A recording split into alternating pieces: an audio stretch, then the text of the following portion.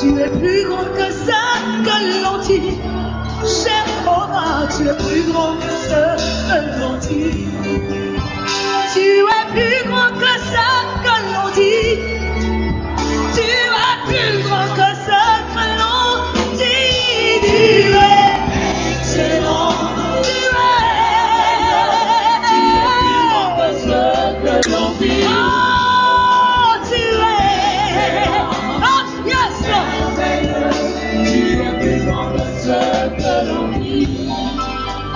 Tu es plus grand que ça que je pense. Jéhovah, tu es plus grand. Élie va prendre 12 pierres avec lesquelles il va restaurer l'autel. Et plus tard, quand il va prier, la Bible dit que le feu de Dieu va descendre du ciel et va consumer ce qu'il y avait sur l'autel. Le taureau qu'il y avait sur l'autel. Et la pensée par rapport à ce thème, c'est ta vie aujourd'hui. La pensée par rapport à ce thème, c'est l'impact ou la puissance ou l'onction ou la main de Dieu qui doit se manifester dans ta vie, dans ma vie, dans nos vies. Et nous disons que les 12 pierres que Élie a rassemblées pour pouvoir restaurer l'autel sont des éléments particuliers qu'il te faut toi aussi avoir dans ta vie afin que quand tu prieras, on puisse voir la main de Dieu se manifester dans ta vie. La Bible dit que par rapport à cette histoire, c'est quand les enfants d'Israël ont vu que le feu est descendu du ciel et a consumé l'autel, c'est là qu'ils ont cru en Dieu. C'est là qu'ils ont reconnu que leur Dieu est bien Dieu.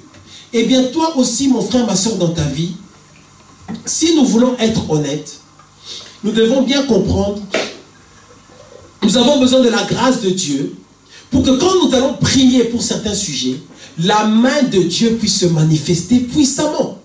Sinon, ceux qui te connaissent, les membres de ta famille, ou même toi-même, un jour, tu douteras de Dieu.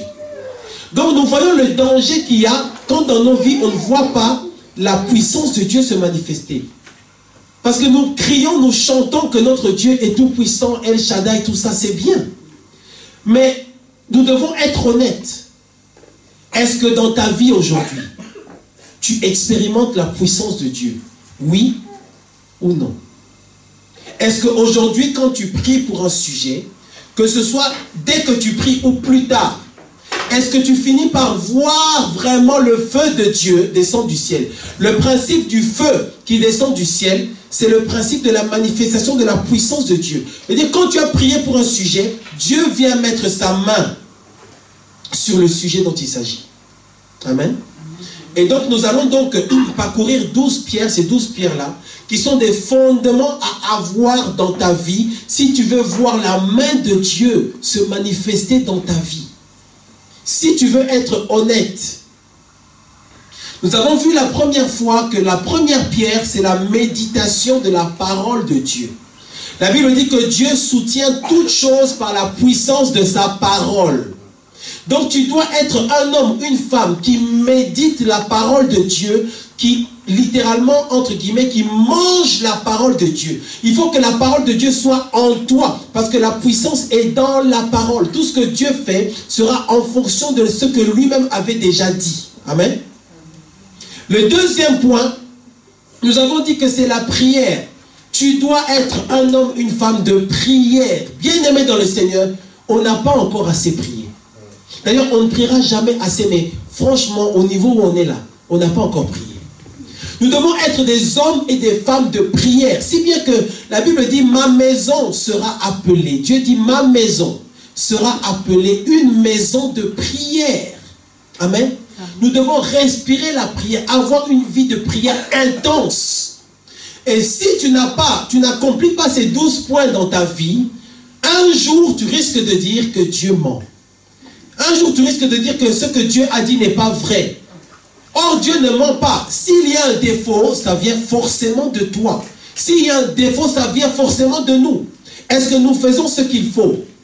Donc, juste sur les deux premiers points là. Est-ce que nous marchons vraiment, nous méditons la parole de Dieu tous les jours? Et est-ce que nous prions intensément? Alors nous avons parlé du troisième point qui est la sanctification. Le troisième point, la sanctification. Jérémie chapitre 15. La sanctification, c'est quoi? Parce que nous parlons de sanctification et c'est un thème qui est intéressant. Mais nous devons bien comprendre ce que c'est que la sanctification. Alors, bien aimés dans le Seigneur, vous savez, moi j'ai un profil de gens qui aiment la parole de Dieu. Amen. J'aime bien entrer en profondeur dans la parole. Mais le problème, c'est qu'on n'a jamais assez de temps pour ça. Donc, vraiment, priez pour moi, pour que l'Esprit de Dieu m'aide à vous donner ce qui est essentiel, sachant que ce ne sera jamais complet. Amen. Parce que le thème de la sanctification, on peut en parler pendant 3 mois. Amen. Donc, nous allons parler aujourd'hui de la sanctification et nous reviendrons de toute façon encore sur la sanctification. Amen. Jérémie, chapitre 15. Je vous demande, je vous supplie, je vous prie, je vous exhorte, je vous suggère, s'il vous plaît, de prendre des notes. Jérémie, chapitre 15, verset 19.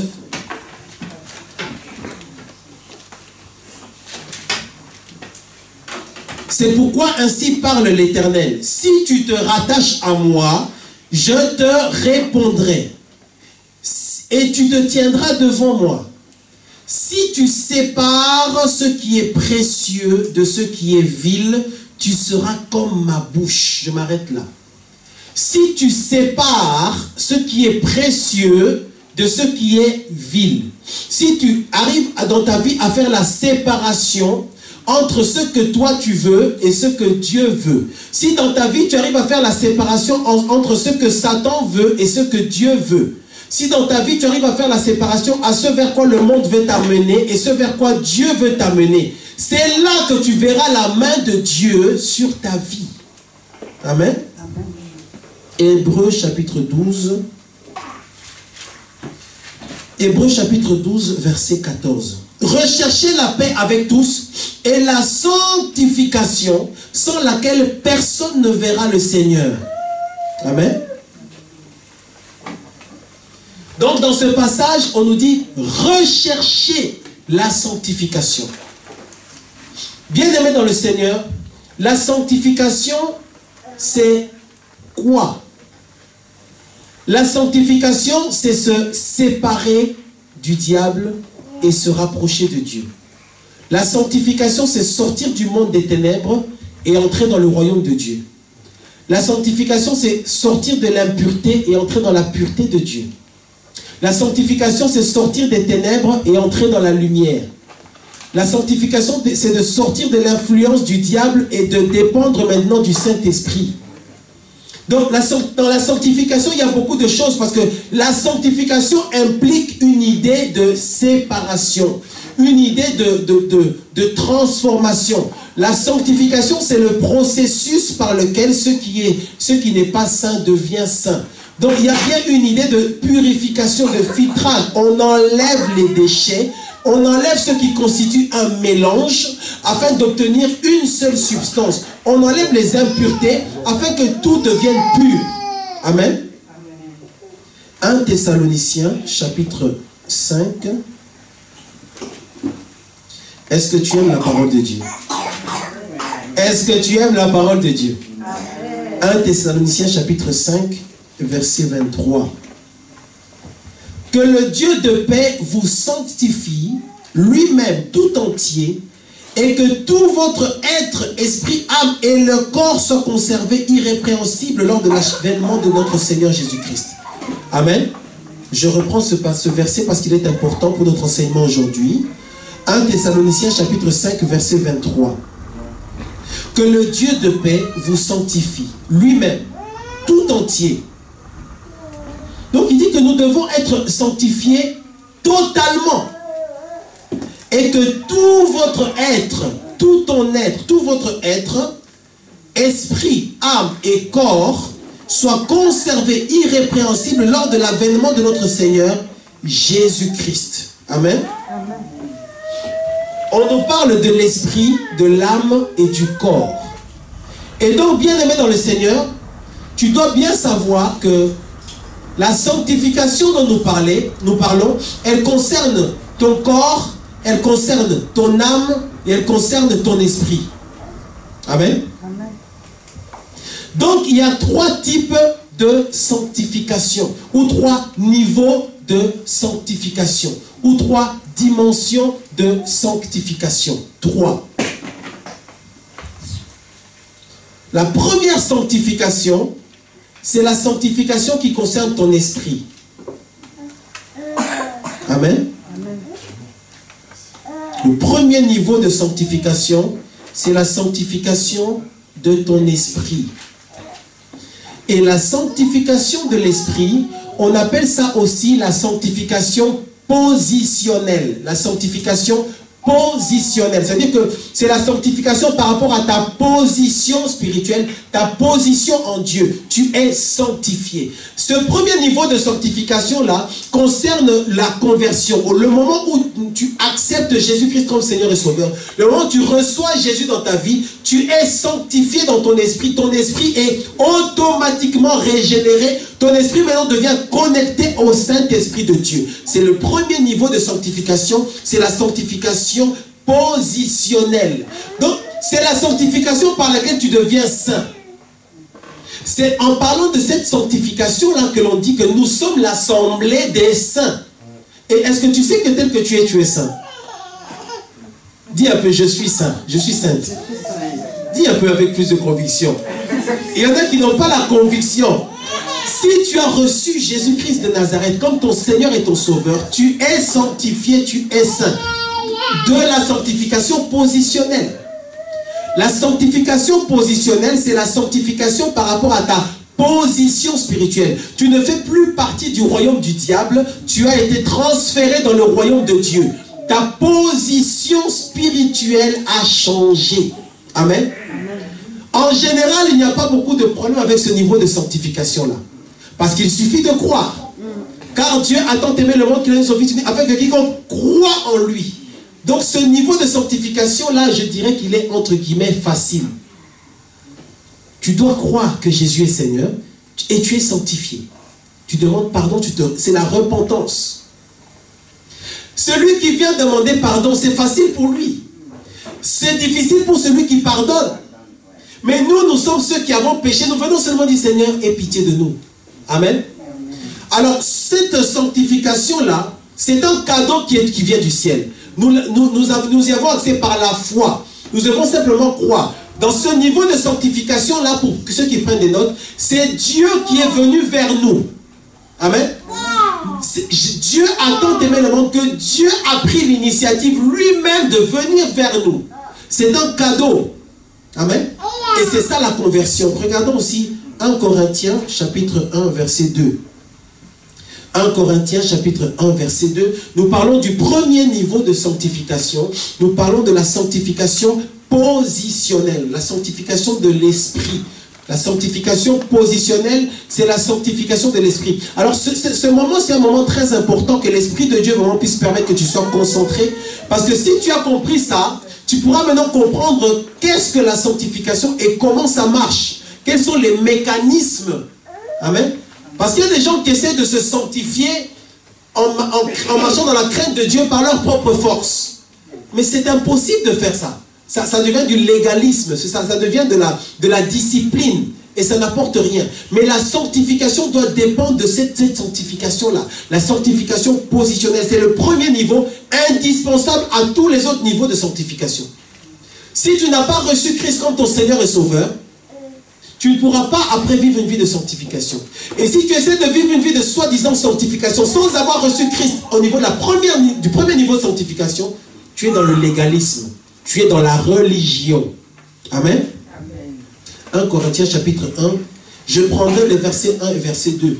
Paul, appelé à être apôtre de Jésus-Christ par la volonté de Dieu, et le frère de Sosthène, à l'église de Dieu qui est à Corinthe, à ceux qui ont été sanctifiés en Jésus-Christ, appelés à être saints. Amen. Donc ceux qui ont été sanctifiés, et ceux-là sont appelés à être saints. Donc ceux qui ont reçu Christ sont appelés à être saints. Amen. Amen. Le deuxième niveau de sanctification, ou le deuxième type de sanctification. Vous avez vu dès le début, on a dit que la sanctification c'est un ordre de Dieu. rechercher la paix et la sanctification. C'est un ordre.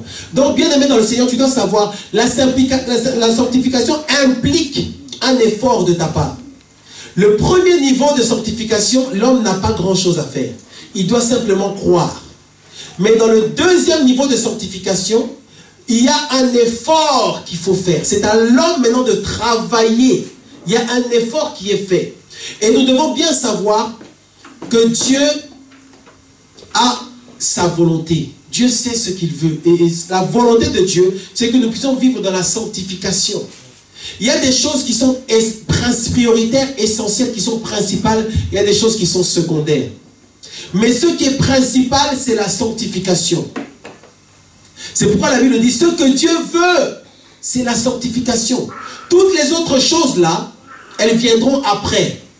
Bénédiction, guérison, délivrance, crainte de Dieu, et tout ça, les bonnes choses, les réussites, les succès, le travail, ça vient après. Mais la chose prioritaire, c'est la sanctification. Quand nous parlons de choses prioritaires et de choses secondaires, nous devons faire attention. Si nous avons accès à ce qui est prioritaire, nous aurons forcément aussi accès à ce qui est secondaire. Mais si nous avons accès à ce qui est secondaire, nous n'avons pas forcément accès à ce qui est principal, ce qui est prioritaire. Et ce qui est prioritaire dans la vie avec Dieu, c'est la sanctification. Tout le reste dépendra de ton niveau de sanctification. Donc le deuxième niveau de sanctification, c'est la sanctification pratique.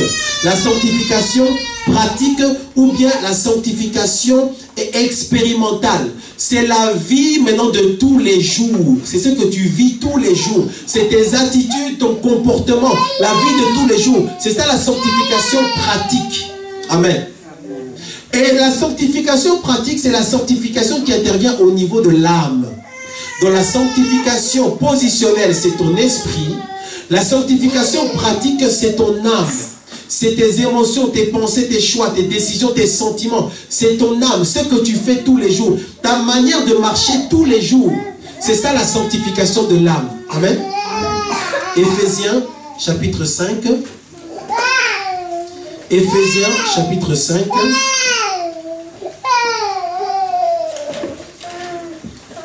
Éphésiens chapitre 5, verset 26. Je lis Éphésiens chapitre 5, verset 26.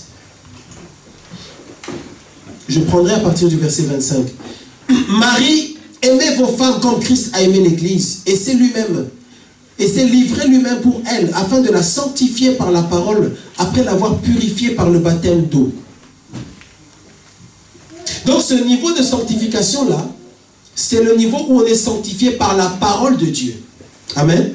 La sanctification par la parole de Dieu. Prenons aussi 1 Thessaloniciens. 1 Thessaloniciens, chapitre 4, versets 3 à 5.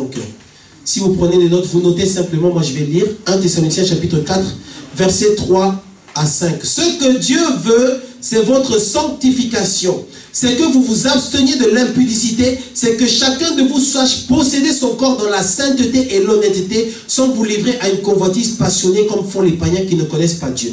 Donc nous parlons ici de la sanctification pratique. Et on nous dit que c'est la volonté de Dieu. C'est que nous sachions marcher dans la sanctification totale, qu'on soit totalement séparés de ce qui n'est pas de Dieu. Amen. Maintenant, vous voyez que si on compare ces deux niveaux de sanctification-là, on voit que dans la deuxième sanctification, cette fois-ci, ce n'est pas Dieu qui recherche l'homme. Cette fois-ci, c'est l'homme qui recherche Dieu. Cette fois-ci, c'est l'homme qui va aller vers Dieu. Cette fois-ci, il y a un prix à payer, il y a un effort à faire. Amen.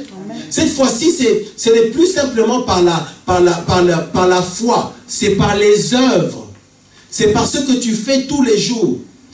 Donc, ça veut dire que le deuxième niveau, ou le deuxième type de sanctification, la sanctification pratique, c'est en fait la démonstration du premier niveau de sanctification. Amen. Donc, le premier niveau de sanctification, tu as reçu Jésus comme Seigneur et Sauveur, tu es devenu chrétien, tu es devenu enfant de Dieu. Ton esprit est sanctifié. Tu as la sanctification positionnelle. Tu es sorti du royaume de Satan. Tu es entré dans le royaume de Dieu. Bien-aimé dans le Seigneur, tu dois faire attention. Quand tu vas à la boulangerie, tu vois une petite boulangère toute jolie, elle fait des croissants, elle a l'air gentille, elle est très très douce et très gentille. Tu crois que c'est vraiment une bonne personne. Je te dis aujourd'hui, si cette personne ne connaît pas Jésus-Christ de Nazareth, elle appartient au royaume des ténèbres. Amen. Elle appartient au royaume des ténèbres. Donc nous parlons de sanctification positionnelle. Pour qu'elle puisse, si elle vient à Christ, elle reçoit Jésus dans son cœur comme Seigneur et Sauveur, elle est maintenant, elle a une nouvelle position. Elle fait partie du royaume de Dieu, des enfants de Dieu. Amen. Amen. Maintenant, quand on a atteint ce premier niveau de sanctification-là, qui est la sanctification positionnelle, on passe au deuxième niveau qui est la sanctification expérimentale. La sanctification pratique. Et la sanctification pratique est la démonstration de la sanctification positionnelle. Donc, la sanctification pratique, c'est j'ai reçu Christ dans mon cœur et maintenant ma vie change. Je vis autrement, je démontre, ma vie est une démonstration de la sanctification positionnelle. Ma vie, donc ta vie doit être une démonstration du fait que tu as réellement reçu Christ comme Seigneur et Sauveur, du fait que tu appartiens maintenant à Dieu. Tu dois comprendre ces principes-là. Ça va t'aider maintenant à comprendre vraiment qu'est-ce que la sanctification et comment ça marche et comment toi-même tu dois faire. Amen. Amen.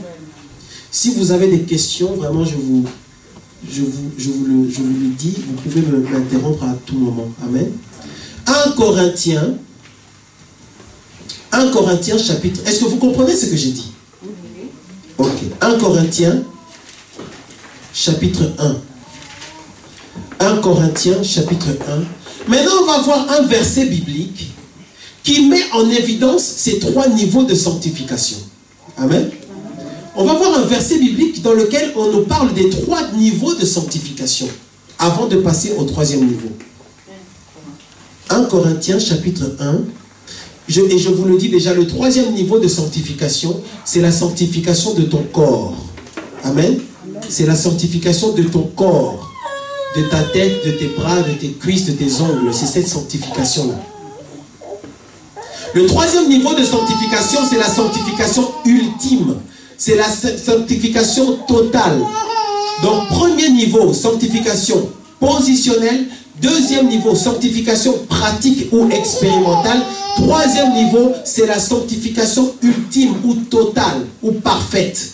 Et c'est la sanctification du corps. Premier niveau, c'est la sanctification de ton esprit. Tu reçois Christ, ton esprit est totalement régénéré.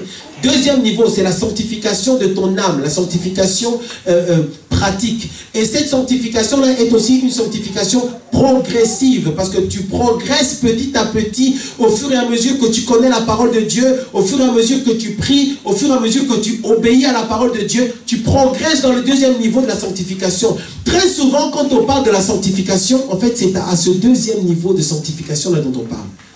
Bien souvent, les enfants de Dieu, ils passent sans problème le premier niveau. Mais sur le deuxième niveau, où c'est la vie de tous les jours, qui doit démontrer que tu as reçu Christ dans ton cœur, c'est là qu'il y a des problèmes. Donc, 1 Corinthiens chapitre 1, verset 30 à 31.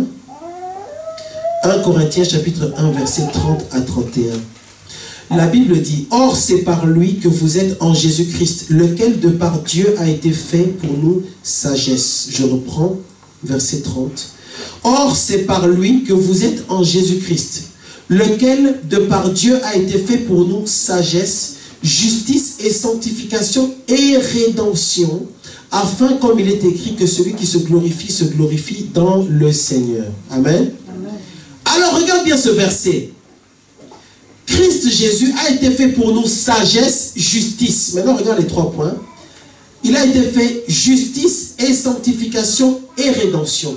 Quand on dit qu'il a été fait justice, on parle du premier niveau de la sanctification où nous sommes justifiés par la foi. On a cru en Dieu, on est changé, on est justifié par la foi en Dieu. En fait, c'est la même foi que c'est la foi d'Abraham.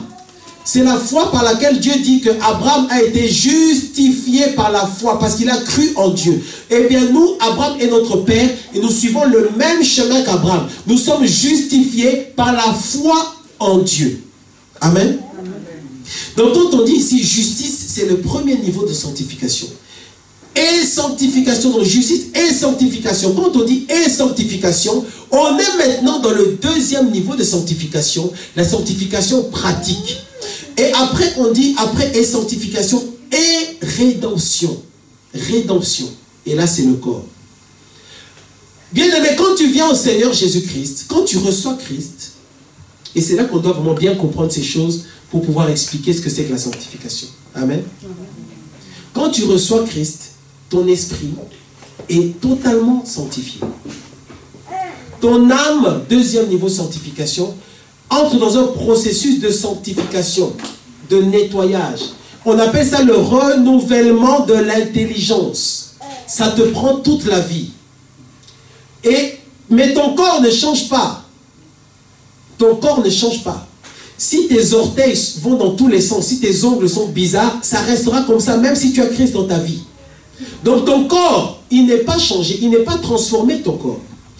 La rédemption, le rachat ou la sanctification totale de ton corps interviendra au moment de l'enlèvement. Amen. À la fin. Et il y a des versets bibliques pour ça. 1 Corinthiens, chapitre 15. 1 Corinthiens, chapitre 15. Et vraiment, c'est important pour moi qu'on aille en profondeur dans la parole de Dieu. Amen. Et à un moment donné, ça devient presque scolaire, mais on doit apprendre la parole de Dieu. 1 Corinthiens, chapitre 15, verset 51. Je lis. Voici, je vous dis un mystère. Nous ne mourrons pas tous, mais tous nous serons changés. En un instant, en un clin d'œil, à la dernière trompette. Tout le monde y est. 1 Corinthiens, chapitre 15, verset 51. Et nous prenons ce point pour mettre en évidence la sanctification de ton corps. Nous avons dit que la sanctification du corps, c'est la sanctification totale et ultime. Et nous disons que cette sanctification-là interviendra quand il y aura l'enlèvement. Verset 51. Voici, je vous dis un mystère. Nous ne mourrons pas tous, mais tous nous serons changés. En un instant, en un clin d'œil, c'est l'enlèvement. À la dernière trompette, la trompette sonnera et les morts ressusciteront et incorruptibles. Et nous serons changés. Car il faut que ce corps corruptible, donc le corps d'aujourd'hui, revête l'incorruptibilité et le corps mortel revête l'immortalité. Lorsque ce corps corruptible aura été revêtu d'incorruptibilité et que ce corps mortel aura revêtu l'immortalité, alors s'accomplira la parole qui est dite, la mort a été engloutie dans la victoire. Ô mort, où est ta victoire? Ô mort, où est ton aiguillon? Parce que notre Dieu est le Dieu des vivants, notre Dieu est le Dieu de la vie. Et à la fin, quand notre corps sera changé, notre corps sera transformé, c'est là qu'on aura été délivré totalement de la puissance de la mort. Parce qu'aujourd'hui, même si tu as l'Esprit de Dieu, tu mourras. Mais il y aura un temps où quand le corps aura été totalement racheté, totalement sanctifié, à ce moment-là, la mort ne pourra plus nous toucher. Amen. Est-ce que tu le sais ça, qu'à un moment donné, tu auras un autre corps? À un moment donné, tu vas changer. Le corps que nous avons sera transformé. Il sera changé. Un jour, tu auras un autre corps. C'est là que nous serons dans la sanctification totale. Et on dit que ce corps sera un corps incorruptible. Un corps qui ne peut pas avoir faim. Un corps qui ne peut pas mourir, qui ne peut pas être malade. Un nouveau corps qu'on aura. C'est là qu'on aura été totalement sanctifié. Amen. Alors, comment faire pour se sanctifier? Nous devons comprendre maintenant que la sanctification ne doit pas être quelque chose de raisonné ou quelque chose de logique. La sanctification ou la non-sanctification dépend simplement de ta nature. Donc ça veut dire que, j'ai dit que le premier niveau de la sanctification, c'est la sanctification de l'esprit. Quand tu es sanctifié au niveau de ton esprit est connecté au Saint-Esprit de Dieu. Avant, nos esprits sont connectés au monde diabolique, consciemment ou inconsciemment. Mais quand on vient à Christ, notre esprit, si c'est fait sincèrement, est connecté au Saint-Esprit de Dieu. Notre esprit est sauvé, régénéré, transformé, sanctifié. nous avons maintenant une nouvelle position dans le monde spirituel. Nous avons une nouvelle nature dans le monde spirituel. Et nous avons dit que le deuxième niveau de sanctification, qui est la sanctification pratique, c'est la démonstration de cette nature-là, de cette nouvelle nature-là. C'est son expérimentation ou sa manifestation matérielle. C'est parce que tu as une nouvelle nature, c'est parce que tu es enfant de Dieu que maintenant tu vis dans la crainte de Dieu, dans la sanctification. Donc c'est dans la nature. Quelle est ta nature? Donc ça veut dire qu'on n'a pas à se bagarrer par rapport au péché. Vraiment saisissons ce que je dis parce que c'est ça qu'il faut vraiment comprendre. Nous devons comprendre que nous avons une nouvelle nature. On a une nouvelle identité. Nous sommes des saints. Est-ce que nous savons? Nous sommes saints. Du premier niveau de sanctification positionnel, notre esprit est régénéré, racheté. Nous sommes saints. À cause du fait qu'on est saint, on se sanctifie. Donc, je ne me sanctifie pas pour être saint. Je me sanctifie parce que je suis saint. Amen. Est-ce que quelqu'un comprend? Donc, je viens à Christ. Je reçois Jésus dans mon cœur. Je suis saint. Mon esprit est connecté au Saint-Esprit de Dieu. Premier niveau. À cause de ça, maintenant je vis dans la sanctification. Je ne vis pas dans la sanctification pour être saint. Non, non, non. Je vis dans la sanctification parce que je suis saint. C'est comme un coq. Coucou. Alors si tu comprends ce truc de coucou, là tu auras compris. Quand le coq fait coucou, il ne fait pas ça pour prouver qu'il est coq. Il fait ça parce qu'il est coq. Amen. Donc, c'est un problème de nature. Quand on a un chien qui aboie, quand le chien aboie, ce n'est pas parce qu'il n'aboie pas pour prouver qu'il est chien. Il aboie parce qu'il est chien. Donc c'est lié à sa nature. Comme il est chien, maintenant il aboie. Alors toi et moi, c'est ça qu'on doit comprendre dans la sanctification. Nous devons savoir, puisque et comme nous sommes saints de par notre esprit, la conséquence de ça, c'est que maintenant nous vivons une vie de sanctification, de sainteté. Ça vient de la nature. Et on ne peut pas vivre le deuxième niveau de sanctification, c'est-à-dire la sanctification pratique de tous les jours, sans d'abord passer par le premier niveau. Autrement dit, sans passer à avoir la foi, sans que ce soit par la grâce de Dieu. Il faut que ce soit par la grâce de Dieu, que ce soit la faveur de Dieu, par l'amour de Dieu. Quand on essaie d'ignorer le premier niveau et qu'on veut seulement avoir le deuxième niveau de pratique de sanctification, on est dans la loi, on est dans la religion. Dans la loi, il fallait obéir aux lois pour être considéré comme étant saint. Amen. Israël avait plein de lois, plus de 600 lois. Il fallait qu'il puisse obéir à ces lois-là pour être saint. Mais maintenant, on est dans le temps de la grâce, où maintenant, ce n'est plus comme dans la loi où je dois obéir pour que Dieu dise que je suis saint. Non, non, non. Maintenant, on dit en fait, Jésus a déjà obéi pour nous. Donc maintenant, moi, ce que je dois faire, puisque avant je devais obéir pour être saint, maintenant, à cause de ce que Jésus a fait à la croix, moi maintenant je suis saint, premier niveau. Et à cause de ça, j'obéis. Donc, c'est plus au niveau de la nature que ça se passe. Alors, comment vivre ou marcher dans la sanctification? Et là, je vous dis, mais je me bagarre avec ce que je vous dis, parce que normalement, ça, si je vous dis 3 mois, normalement, pour en parler. Quand tu es face maintenant au péché, tu ne dois pas attaquer le péché au niveau du deuxième niveau de sanctification. Tu ne dois pas simplement venir vers le péché. Tu dois d'abord faire référence au premier niveau de sanctification. Tu dois dire, toi mensonge, tu dois comprendre une chose. Je suis saint. Ma nature a changé. Je suis mort au péché. Donc, je ne peux plus être en rapport avec toi. Ce n'est plus moi qui vis, c'est Christ qui vit en moi. À cause du fait que je suis saint, tu ne m'intéresses pas. Amen. Amen. Nous devons, en fait, renforcer notre nature. Quelle est ta nature? C'est là que se trouve le problème. Le problème n'est pas dans les fruits. Le problème est dans les racines. Le problème, ce n'est pas que le chien aboie. Le chien aboie parce qu'il est chien. Mais le canard, lui, ne peut pas aboyer. Parce que ce n'est pas sa nature à lui.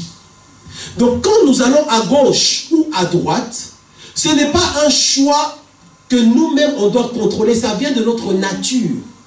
C'est comme un être humain qui pense ou qui réfléchit. C'est sa nature. Un chien ne peut pas penser ni réfléchir. Parce que ce n'est pas sa nature. Donc, essaie de penser, de réfléchir à ta vie. Quelle est vraiment ta nature?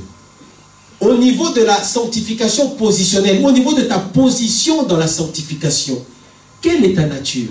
Est-ce que tu es encore dans le monde des ténèbres? Si tu es dans le monde des ténèbres, eh ben, tu vas avoir certaines œuvres.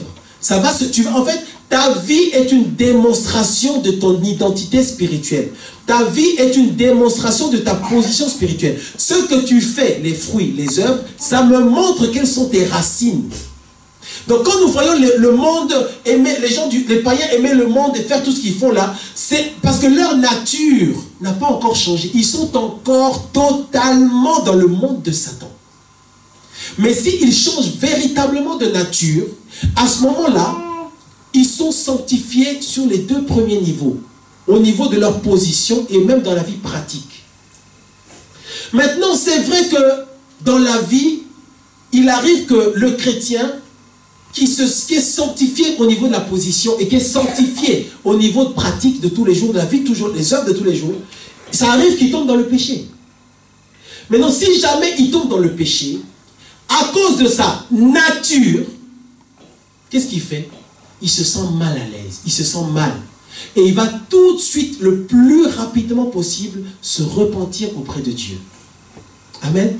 C'est ça le principe de la sanctification ou le principe de la grâce. Donc, nous ne devons pas pécher, nous devons haïr le péché parce que nous avons une nature qui normalement ne doit plus nous attirer vers le péché. La vraie question est maintenant, quel est ton niveau de sanctification ou quel est ton niveau de conversion? Est-ce que tu es réellement converti? C'est ça la question. Parce que si tu es réellement converti, il y a certaines choses, même si ça vient dans tes pensées, tu ne pourras pas le faire. Parce que ta nature a changé. Tu n'es plus... Ce qui te venait automatiquement comme ça, ça ne vient plus. Ça ne peut pas parce que tu n'es plus la même personne. Tu as changé. Est-ce que tu as changé? C'est ça la question. Est-ce que tu as changé? Ceux qui se battent vraiment très fort avec le péché, ceux qui n'ont pas encore changé. Oui. Si tu te... Je veux te dire ceci. Je vais dire à quelqu'un ce matin. Si tu te bats vraiment très très fort avec le péché, si tu tombes encore très souvent dans le péché facilement, tu n'as pas encore changé. Tu n'es pas encore converti. Tu n'as pas encore atteint la sanctification positionnelle où tu reçois vraiment Christ dans ton cœur, où tu dis Seigneur, maintenant je veux vivre pour toi. Maintenant, si tu as dépassé ce niveau-là, les autres difficultés que tu as, tu dois te bagarrer avec toi au niveau de la parole, au niveau de la prière et avec l'aide du Saint-Esprit de Dieu. Nous ne pouvons pas marcher avec Dieu sans le Saint-Esprit. C'est l'Esprit de Dieu qui doit venir nous couvrir. L'ange dit à Marie, l'Esprit de Dieu te couvrira et tu enfanteras. Donc nous ne pouvons rien faire. Dieu ne peut rien faire avec nous si l'Esprit de Dieu ne couvre pas. Dans notre prière, ça va être Seigneur, viens m'aider par ton Esprit à me soumettre toujours plus fort à ta parole. Donc vous voyez que le thème de la sanctification, on peut pas se chicoter les uns les autres avec ça. Parce qu'on a besoin de la grâce de Dieu, sanctification positionnelle, pour pouvoir arriver à la sanctification. Mais quand tu es face au péché, tu dois te dire, ce n'est pas ma nature. Je ne peux pas, je suis mort à ça. Tu dois te considérer comme étant mort au péché. Amen. Donc, qu'est-ce que la sanctification? La sanctification, c'est un changement de nature et la démonstration de ce changement de nature-là. Donc, j'ai changé d'état spirituel. Maintenant, ma vie est une vie qui montre que j'ai changé d'état spirituel. Amen. Amen. Ta vie, elle démontre quelque chose, que tu le veuilles ou pas. Ce que tu dis, ce que tu fais, les gens qui te connaissent, les gens qui t'ont connu depuis très longtemps, ils voient ta vie et ils savent ce que ta vie démontre. Qu'est-ce que ta vie démontre? Est-ce que ta vie démontre que vraiment tu crains Dieu? Est-ce que ta vie démontre que tu as une haine profonde du péché? Alors, je vais conclure en terminant avec un exemple de sanctification, parce que la sanctification, elle devient encore plus agréable dans la vie avec le Seigneur, ou pour plus profitable, où elle provoque des bénédictions, des grâces, des percées spirituelles encore plus importantes quand il s'agit de la sanctification dans la souffrance. Amen. Amen. Nous sommes dans le troisième point, sur la troisième pierre. Tu dois être un homme et une femme qui marchent dans un haut niveau de sanctification. Comme ça, quand tu vas prier, Dieu va descendre. C'est ce que nous voulons, bien-aimés. Nous avons des sujets de prière importants. Ta vie n'est pas une blague. Ta vie n'est pas un film. Tu n'as qu'une seule vie. Chaque seconde qui passe est perdue, c'est fini. Donc, plus vite tu auras acquis les points importants et tu les auras mis en pratique, plus vite tu vas bénéficier vraiment de ta vie chrétienne. Sinon, un jour tu diras, Dieu ment, ça ne marche pas. Mais j'ai dit que le deuxième niveau de sanctification, il requiert un effort. Tu dois te rechercher la sanctification du corps, de nos pensées. La sanctification implique un sacrifice. Je ne vais pas lire le verset. J'ai plus que 15 minutes. La Bible dit, je vous exhorte, mes frères, à offrir vos corps comme un sacrifice vivant. Donc la sanctification, c'est un sacrifice. On offre nos corps comme un sacrifice. On est vivant, on vit encore sur cette terre, mais on vit dans un sacrifice. Dans le sens où on est mort à nous-mêmes. On s'est mis sur l'autel. On se sacrifie à Dieu. La Bible dit, celui qui aime sa vie plus que moi n'est pas digne de moi. Donc on doit vivre une vie où en fait notre vie ne nous intéresse pas vraiment. C'est Christ en nous seulement qui vit. C'est pour ça que la sanctification a du poids, de la valeur devant Dieu quand c'est au travers de la souffrance. Dieu veut que quand tu souffres là, pendant que tu es dans la souffrance, tu continues à marcher dans la sanctification. C'est là qu'il y a un vrai sacrifice pour le Seigneur.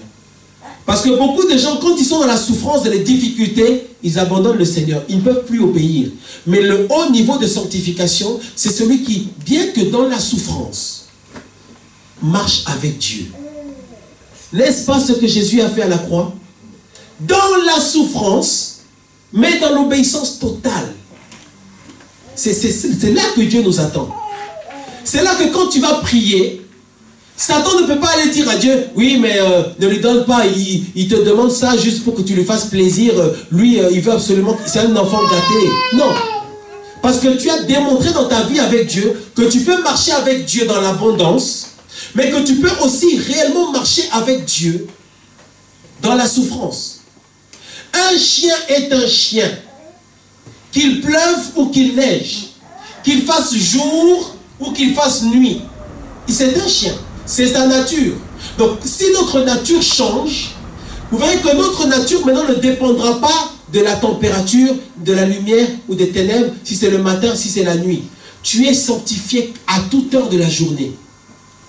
Donc, aussi dans la souffrance. Regardons Joseph. Joseph a eu un rêve. Vous connaissez l'histoire de Joseph, Genèse 37. Joseph a eu un rêve et Dieu lui montrait qu'il allait l'élever. Qu'il allait lui donner du pouvoir, de l'influence, même sur sa famille. La Bible dit que quand Joseph a raconté ce rêve à ses frères, ils l'ont haï davantage, ils ne l'aimaient pas. Les frères de Joseph l'ont pris et l'ont jeté dans un puits. Il était dans la souffrance, à moitié nu, au milieu de la nuit, dans un trou, 2h30 du matin. Quand il regardait l'ouverture du trou, là, il voyait les étoiles et tout ça. Là. Et c'était ses frères à lui qui l'avaient mis là-bas. Mais malgré ces choses-là, son cœur est resté pur. Parce que quelqu'un qui a changé de nature, qu'il soit dans un puits, ou qu'il soit sur une plage ou sur une montagne, sa nature est la même. Amen. Amen. Tu ne dois pas être comme quelqu'un, donc quand tu es dans un puits, ton cœur... Il y a des chrétiens, si seulement il y a un problème, si seulement il y a des difficultés, des souffrances, mais tu verras qu'en fait, ce n'est pas un chrétien. Ce n'est pas un enfant de Dieu. Sa nature, en fait, la nature, un chien ne peut pas décider de devenir un canard et puis 3 jours après devenir un singe. Ta nature. Dieu nous permet de changer. Mais on ne doit pas être dans les ténèbres, dans le Seigneur. Dans le puits, dans les ténèbres. Quand je serai bien avec le Seigneur. Quand je suis dans la souffrance, ah non, moi c'est Satan. Et puis quand je suis quand tout va bien, là je marche avec le Seigneur. Non. Joseph c'est pourquoi mon frère bien-aimé, si Dieu te montre que tu vas être élevé, si Dieu te montre qu'il va te donner la puissance, attends-toi à la souffrance. Si tu as eu de beaux rêves, de bonnes choses, d'ailleurs, Dieu t'a souvent donné des prophéties, des révélations, des bonnes choses pour ta vie. Je t'utiliserai de telle manière, je ferai ça avec toi, je te donnerai telle grâce. C'est bien, mais attends-toi à la souffrance. Pourquoi? Parce que la souffrance, c'est ce que Dieu permet pour que tu sois qualifié au niveau de la sanctification. Comme quoi, malgré la souffrance, toi, tu arrives à marcher avec le Seigneur. Et c'est aussi un élément pour te garder dans l'humilité. Afin que quand Dieu va mettre sa main sur toi, tu ne sois pas orgueilleux. Tu ne prennes pas la grosse tête. C'est pour ça qu'il te met une souffrance. Comme ça, tu as quelque chose, un poids à ton pied qui te garde les pieds à terre. Amen. Quand les frères de Joseph sont venus le voir, Joseph ne les a pas écrasés. Joseph ne les a pas maltraités. Vous imaginez, tu imagines tes frères qui t'ont jeté dans un puits, tes frères qui sont allés dire à ton père que tu étais mort. Ils ont menti sur toi. Tu sais que quand on dit de toi que tu es mort, ou quand les gens croient que tu es mort ou morte, même si tu es encore en vie, ça te dérange. Parce que tu es encore en vie, eux ils disent quelque chose qui ne correspond pas à la réalité. Pourtant tu es encore en vie. Et c'est aussi une forme de malédiction pour toi. Donc quand les frères de Joseph sont venus vers lui, son cœur a explosé à l'intérieur de lui. C'est eux qui m'ont jeté dans ce puits. Mes frères, ils m'ont abandonné. Ma famille, ils ont menti sur toi, sur moi. C'est pourquoi toi aussi, si tu veux marcher avec Dieu, accepte qu'on mente sur toi. Accepte qu'on dise des mensonges sur ta vie. Tu dois l'accepter, ça viendra. Tu es encore en vie, on ira raconter là-bas que tu es mort, que tu es morte. Quand il les a vus, Joseph ayant déjà une nouvelle nature, s'est comporté naturellement, selon sa nature. Comme sa nature était la sanctification, comme sa nature c'était se séparer du péché, il les a aimés. Et Joseph leur dira, vous avez fait ces choses pour me détruire. Mais Dieu, il a fait ces choses afin que sa volonté s'accomplisse dans vos vies, afin de vous sauver. Et nous voulons être comme Élie. Et nous voulons être comme Élisée. Nous voulons avoir la puissance, l'élévation, l'onction là. Quand les gens vont écouter l'histoire de ta vie, les gens vont reconnaître que Dieu est avec toi. Amen. Mais pour arriver à ce niveau-là, il faut que tu sois quelqu'un qui soit capable, bien qu'on t'ait fait du mal, bien que tu sois dans la souffrance, de marcher dans la sanctification. Parce que ta nature, c'est le caractère de Christ. Il leur dit, mes frères, c'est moi Joseph. Quand il a dit ça à ses frères, dans le cœur de ces jeunes gens-là, ils se sont dit, mais c'est fini pour nous. Ce qu'on lui avait fait, mais c'est fini pour nous, on est fini. Ils se sont regardés entre eux, c'est lui, c'est Joseph. Je vous avais dit, qu'est-ce qu'on est venu chercher ici? Ils se sont dit, mais c'est Joseph. Ah non, c'est pas vrai. Ils ont commencé à réfléchir. Je vous avais dit de ne pas le jeter dans le puits. C'est toi qui t'es allé dire à papa qu'il est mort. C'est toi. Maintenant, qu'est-ce qu'on fait? On est fini et notre Père qui nous attend là-bas. Donc, marcher avec Dieu, bien-aimé, hein, c'est vraiment... On meurt à nous-mêmes. On meurt. Quand Joseph les a vus, comme sa nature avait changé, il les a aimés. Il n'a eu aucune rancune. Les frères n'avaient même pas demandé pardon. Mais la Bible nous parle de son cœur. Tout de suite, il a pleuré. Il a pleuré, non pas parce que à cause du mal qu'il lui avait fait. Il a pleuré parce qu'il se dit, regarde mes frères qui souffrent comme ça. Moi, je suis cette position-là. Et regarde mes frères qui souffrent. Et pourtant, c'est eux qui m'ont fait souffrir. Ça fait encore plus souffrir quand tu sais que tu dois maintenant aider ou faire du bien aux gens qui t'ont fait du mal. C'est là que la main de Dieu. Amen. Qui veut voir la main de Dieu dans sa vie?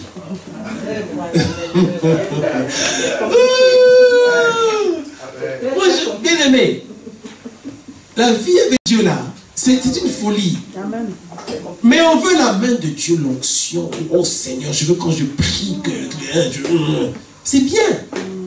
Mais les 12 pierres, la sanctification, même quand on te fait du mal, ton cœur souffre, mais comme ta nature. C'est Jésus à la croix. Donc, il est mort à la croix pour nous qui lui avons fait du mal. Donc, il est mort, il a été sacrifié pour ceux qui l'avaient sacrifié. Amen. Donc, sans sanctification et sainteté dans la souffrance, il n'y a pas de sanctification. Joseph prend ses frères, ils ont pleuré. Ils se sont dit, mais c'était notre frère Joseph. Et Dieu a aimé ça. Pourquoi est-ce que Joseph a été élevé comme il a été élevé? Pourquoi? Parce qu'à chaque étape dans ses souffrances, il a continué à s'accrocher au Seigneur, à marcher dans l'obéissance. Il se séparait du péché. À cause de sa nature, il ne pouvait pas supporter le péché. Vous savez qu'il y a certains animaux qui supportent ou pas certaines choses en fonction de leur nature.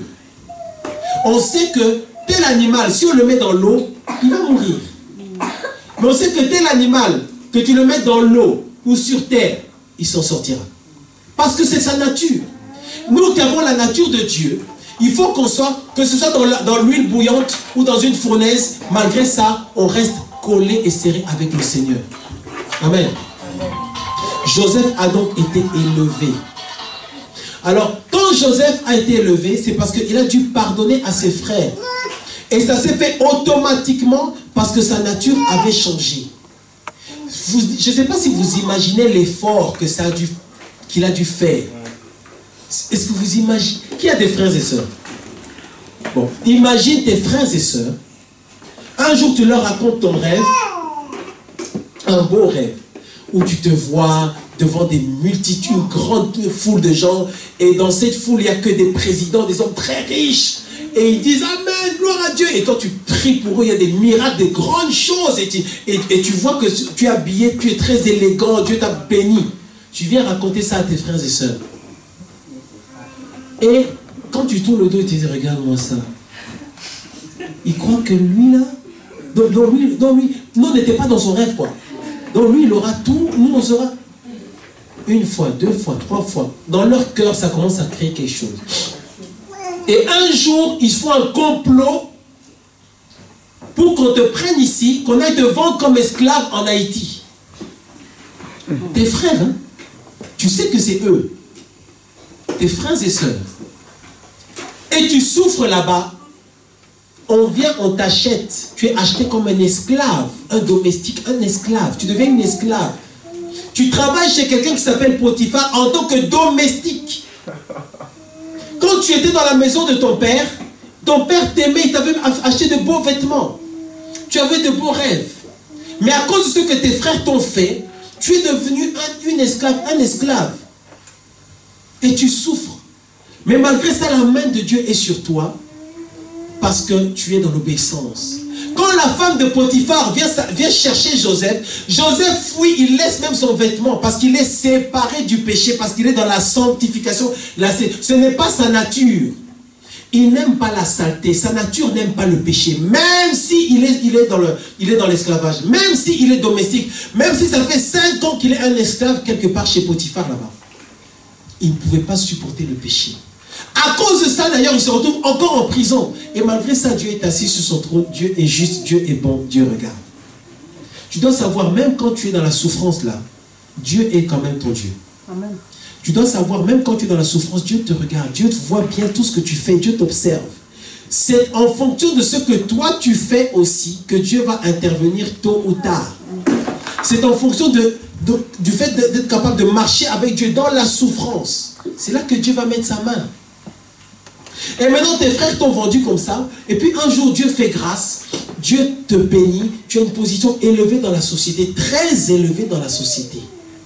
Tu ne penses même plus à eux. Tellement Dieu a réjoui ton cœur. Tu sais que Dieu peut tellement réjouir ton cœur que malgré qu'on t'a fait des choses incroyables, tu vis, en fait, tu n'as pas ce poids de la rancune sur ton cœur. Quand il a vu ses frères, imaginons maintenant tes frères viennent, qu'est-ce que tu fais? Ils viennent.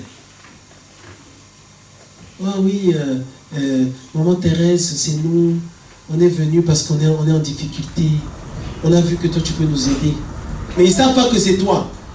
Toi, tu sais que c'est eux, ils ne t'ont pas reconnu encore parce que tu as des trucs des Égyptiens bizarres là. Après, tu viens, tu enlèves tes trucs, tu leur dis, c'est moi votre soeur. Qu'est-ce qui se passe? Là, on a soit la division et c'est l'ennemi qui a gagné, soit Dieu. Alors vous verrez que dans l'histoire de Joseph, Dieu l'a utilisé pour être une provision, une solution pour sa propre famille. À cause de la vie de sanctification de Joseph. Donc ça veut dire que si tu ne vis pas dans la vie de sanctification, si tu n'as pas dans ton caractère, par exemple, le pardon, Dieu ne peut pas t'utiliser pour sauver des gens qui t'ont fait du mal. Et tu verras que tu auras une attitude où toi-même tu seras maintenant un problème pour les gens que toi-même tu aimes. Vous avez compris? Si Joseph n'avait pas aidé ses frères, son père allait mourir de faim là-bas. Mais comme Joseph était dans la sanctification, qu'il n'avait pas d'amertume, Dieu a pu l'utiliser pour qu'il soit une bénédiction pour ses frères et son père. Donc celui qui agit en dehors de la sanctification, tôt ou tard, il fera mal aux gens que lui-même aime. Parce que son cœur sera fermé. Celui qui n'a pas le pardon. Donc toi aussi dans ta vie, tu dois être capable, si tu te sanctifies vraiment, de pardonner tout. Est-ce qu'on peut dire Amen? Amen. De pardonner tout. Pardonner tout. Mais Tout ce qu'on t'a fait dans ta vie. il y a des fois, c'est tellement difficile. Non, maman Thérèse. Parce que Premier niveau, la sanctification position, ta nature. Ça ne doit plus être dans ta nature. Je sais que c'est difficile. Ouais, mais là, c'est pour ça que j'ai dit, ben moi je suis encore loin parce que là. Ah oui. Oui, c'est vrai. C'est vrai, je suis allé au pays, là, ça me mène vraiment à réfléchir. Je suis allé au pays, il y a mes neveux, mes nièces, et ils m'ont bouffé tout mon argent. Et après, il y a un qui a un problème de 400 000, il vient encore vers moi. Il faut lui donner 400 000. Je sais que je pouvais lui donner. Gloire à Dieu. Gloire à Dieu. Non. Je ne lui ai pas donné, Non. c'est pour ça. Mais, non. J'étais encore loin. Vous aimez la vérité. Amen. Est-ce que tu veux voir la main de Dieu dans ta vie? Amen. C'est ça, c'est ce que je veux voir la main de Dieu. Si, vous voyez la troisième pierre. Ouais. Dans la sanctification, là, il y a beaucoup de choses, dont l'amour et le pardon. Ouais. Attends, juste un tout petit peu. Dont l'amour et le pardon. Si tu veux voir la main de Dieu dans ta vie, mon frère, ma soeur, tu dois être capable de pardonner. Quoi qu'on te fasse. Qui veut voir la main? Où sont les enfants de Dieu qui veulent voir la main de Dieu dans leur vie? Et qui vont avoir cette vie-là qui est une démonstration de leur nature. C'est ça la différence entre enfants de Dieu et enfants de Dieu. Entre chrétiens et chrétiens. C'est ça la différence. En fait, la vraie différence, c'est ceux qui sont convertis et ceux qui ne sont pas. On n'est pas chrétien parce qu'on dit Jésus, Jésus. Non. Les satanistes, ils peuvent aussi dire Jésus, Jésus. Mais la vraie sanctification, c'est quand ta vie est une démonstration de ta nature qui a changé, que tu es enfant de Dieu. Donc si tu veux que quand tu te mets à genoux, ta prière que Dieu l'écoute, les 12 pierres. Donc quand toi tu te mettras à genoux, les démons et les anges, ils savent, attention, Harmonie commence à prier. Elle craint Dieu, Dieu la connaît. Donc attention. C'est pourquoi que les gens se moquent que les chrétiens, non mais les chrétiens c'est des blagues. Parce que, voilà, mais tu peux leur dire attention, moi je ne suis pas n'importe quel chrétien. Moi Dieu me connaît. Ça d'ailleurs, vous savez ça, on ne le dit même pas. Pendant qu'il parle, toi tu regardes. Il parle. Ah. Quand tu vas dans ta chambre, tu entres dans ta chambre, tu fermes la porte. Tu te mets à genoux. Seigneur Dieu, tu me connais. Tu entends-tu ce qu'ils ont dit? Libère ta puissance. Et Dieu entend ta prière. Parce que tu le crains. La Bible dit la prière de celui qui ne craint pas Dieu est une abomination. Mais celui qui craint Dieu. C'est pourquoi maintenant moi j'ai décidé, quand je prie de temps en temps, je dis Seigneur, je veux tellement m'assurer qu'il n'y a pas d'obstacle dans ma prière. Je dis Seigneur, je te demande pardon pour mes péchés. Et je pardonne aussi à tous ceux qui m'ont offensé. Parce que la Bible dit celui qui ne pardonne pas aux autres, Dieu ne lui pardonne pas non plus. Non. Donc dans ta prière de sanctification, de consécration, tu dois dire à Dieu que tu pardonnes aux autres. Seigneur, je pardonne à tous ceux qui m'ont offensé. Je leur pardonne. Alors pardonne-moi aussi. Donc c'est réglé. Bon, on avance. Seigneur, voilà mon problème. Tel frère a dit ça.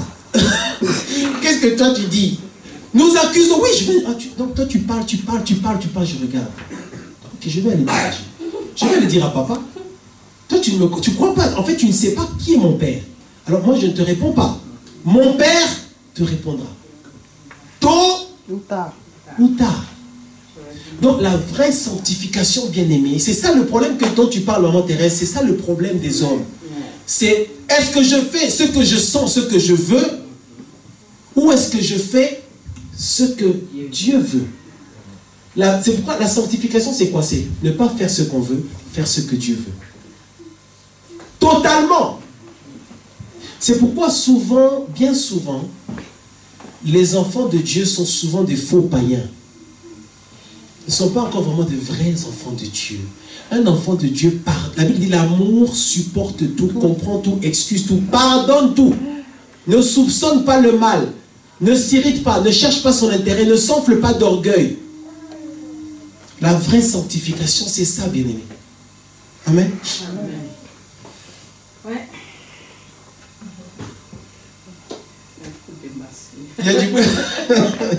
Il y a du boulot. Hein? Moi, je crois que si on est honnête, il y a du boulot. Il y a du boulot. Amen. La vérité, il y a du boulot. Parce que les chrétiens, aujourd'hui, à un moment donné, quand ils, entre guillemets, se fâchent, mais non, c'est un problème. Donc, tu te fâches tellement que tu risques de changer de... Tu sais, il y avait des films qu'on regardait quand on était enfant, là, X-Sort, tout ça, là. Ils disaient transmutation. Donc, tu risques de muter, là. Pendant que tu te fâches, tu es en train de muter. Tu imagines un chien qui se met en colère, il se met tellement en colère, pendant qu'il aboie en colère, tu es en train de voir qu'il est en train de se transformer en taureau. Ça ne se fait pas. Ta nature doit être la même, qu'importe la situation. C'est pourquoi la Bible demande d'avoir la maîtrise de soi. La maîtrise de soi, c'est ce qui nous permet de conserver notre nature. Donc parfois, il y a des situations qui se passent, tu dois, avant de répondre, tu dois te souvenir de qui tu es. Je suis enfant de Dieu. Ma nature n'est plus de... Je ne suis plus comme avant. Je suis mort. Ma nature a changé. Donc, frère, tout ce que tu as dit là, que le Seigneur te bénisse. À bientôt. Et tu pars. Tu ne réponds pas. Parce que ta nature, ce que tu fais aujourd'hui, c'est la démonstration de ta nature, que tu le veuilles ou pas. Amen. Amen. Donc, nous devons vraiment marcher dans la crainte de Dieu, la sanctification. Moi, quand j'ai fait ça, là, j'étais même pas fâché, mais sachant que j'ai de l'argent, et puis je me dis, il n'y a pas d'amis. C'est ça qui me travaille maintenant. Sinon, quand il m'a dit ça, j'ai été calme. Non, je ne suis pas fâché. Bien aimé dans le Seigneur, je veux qu'on puisse s'entraider. Je veux qu'on puisse... Voilà, regarde ce qui aurait dû se passer. Regarde ce qui aurait dû se passer. Et c'est très difficile. Nous étions tous terribles dans ces choses-là. D'accord? Mais on a compris que si on ne règle pas ce genre de petits problèmes-là, notre vie avec Dieu n'aura pas d'impact. Moi, j'ai remarqué que plus je me laisse faire, plus je vois quand même que il y a des signes qui montrent que Dieu quand même est avec moi. Plus tu te laisses faire. Donc la bonne réaction là-dedans, hein, c'est que tu sais qu'ils t'ont fait du mal. Tu leur donnes quand même de l'argent. Tu vas prier. Seigneur, regarde ce qu'ils m'ont fait. Mais à cause de toi, je leur donne quand même cet argent-là. Souviens-toi de moi. Quand tu fais ça, les gens vont le voir. Quand tu reviens ici, là-bas, ils vont en parler. Et quelqu'un va même leur dire, Mais franchement, vous lui avez fait ça, en même temps, et malgré ça, elle vous a donné de l'argent. Faites attention, hein. Elle ne vous a pas rendu le mal. Dieu sera avec elle. Et tu verras que quelques années après, tu seras la femme la plus respectée de ta famille. Les gens sauront que ton cœur est spécial. Et comme tu as la main de Dieu sur ta vie, les choses qu'ils essaient de faire contre toi, ça ne marchera pas parce que Dieu voit ton cœur. Et quand ils viendront, à un moment donné, ils viendront même te demander des conseils. Ils viendront pour que toi, tu puisses prier pour eux. Parce qu'ils reconnaîtront que Dieu est avec toi. Ils reconnaîtront ton Dieu à toi. Mais nous devons marcher dans, entre guillemets, le système ou les systèmes de Dieu, les mécanismes de Dieu. De malgré ça faire le... Et c'est difficile, je sais. Mais la sanctification, c'est ça. Et quand tu fais ça, Dieu le voit, Dieu note. Ah, elle a changé. Dieu aime voir quand nous démontrons la nature de Christ, le caractère de Christ dans nos vies. Dieu aime le voir. Dieu veut voir que dans ta façon de réagir, le Seigneur, parfois, je m'arrête dans 2 minutes. Je vous avais dit que ces histoires de sanctification-là, je m'arrête dans 2 minutes. C'est 3 mois. Dieu aime voir Christ en nous. Christ en moi, l'espérance de la gloire. Dieu aime voir qu'on manifeste le caractère de Christ. Donc, qu'importe la situation, qu'on soit dans des épinards, ou dans des choux, ou dans de l'huile brûlante, qu'on garde notre nature, le caractère de Christ. Donc, malgré ça, tu leur donnes, tu leur fais quand même du bien. Et quand tu fais ça, tu dis, Seigneur, fais avec moi comme tu avais fait avec Joseph. Malgré le mal qu'ils m'ont fait, moi je rends le bien. Bien-aimé dans le Seigneur, quand tu pardonnes à quelqu'un, quand Joseph a pardonné à ses frères, ou comme toi tu pardonnes aux gens, et comme si au milieu de nous ici, il y a des gens qui n'ont pas l'habitude de pardonner, à partir d'aujourd'hui, ils vont commencer à pardonner au nom de Jésus. Amen. Amen. Dis un peu, à partir d'aujourd'hui, je pardonne à tous ceux qui m'ont offensé, à tous ceux qui ont blessé mon cœur, tous les gens de ma famille, ceux que je connais, ceux que je ne connais pas. Je leur pardonne au nom de Jésus et que je sois libéré au nom de Jésus. Amen. Bien-aimé dans le Seigneur, tu sais, quand tu pardonnes aux gens, tu ne leur pardonnes pas parce qu'ils ont raison. Tu ne leur pardonnes pas parce que ce qu'ils ont fait est bien.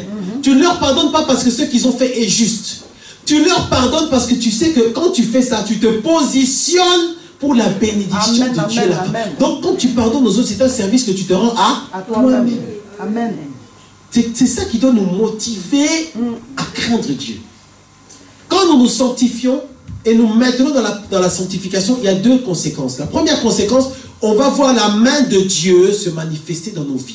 C'est ce qu'on veut. Amen. Tu veux que quand tu pries, le feu descend du ciel. Et ça, ce n'est que la 3e pierre sur 12. D'accord? La sanctification. Tu dois être au top dans la sanctification. Il y a un impact sur ton autorité, l'autorité de ta prière, la puissance de ta prière ici sur terre. La 2e chose, c'est que tu te maintiens dans le 2e niveau de sanctification. Si tu as les 2 niveaux de sanctification, le premier positionnel et le 2e pratique ou expérimental, quand tu auras l'enlèvement ou si tu meurs, tu es maintenant, ton corps est aussi sanctifié, ton corps change. Tu es là maintenant que tu atteins la sanctification totale. La sanctification ultime, en fait, on ne peut pas la vivre sur cette terre. C'est quand on est auprès de Dieu. Là, tout est accompli. Donc, ça veut dire que si tu n'as pas une vie de sanctification ici sur terre, tu n'entreras pas dans la Nouvelle Jérusalem. Si jamais tu meurs et que ton âme ne soit pas réconciliée avec Dieu dans la sanctification totale, tu iras en enfer.